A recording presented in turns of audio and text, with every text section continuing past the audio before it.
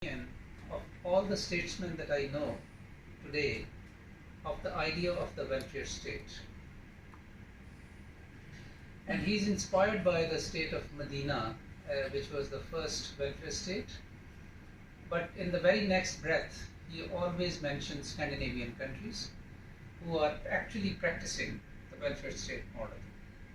But it's not limited to Scandinavian countries. There are other countries which are low and middle income countries who have also been able to, despite of spending relatively less per capita on development, on social development or human development, they have been able to achieve what we want to achieve. That is, in case of health, universal health coverage, universal education, better nutrition, all essential public health functions working at their best, etc., etc. We have Dr. Palitha Mahipala, who is now our WHO representative from Sri Lanka, and he was Director General of Health in Sri Lanka.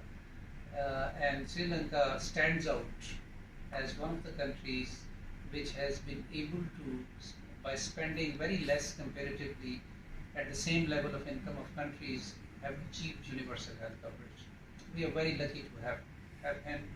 He brings that experience on table, that how a low or low middle income country can do it, actually do it.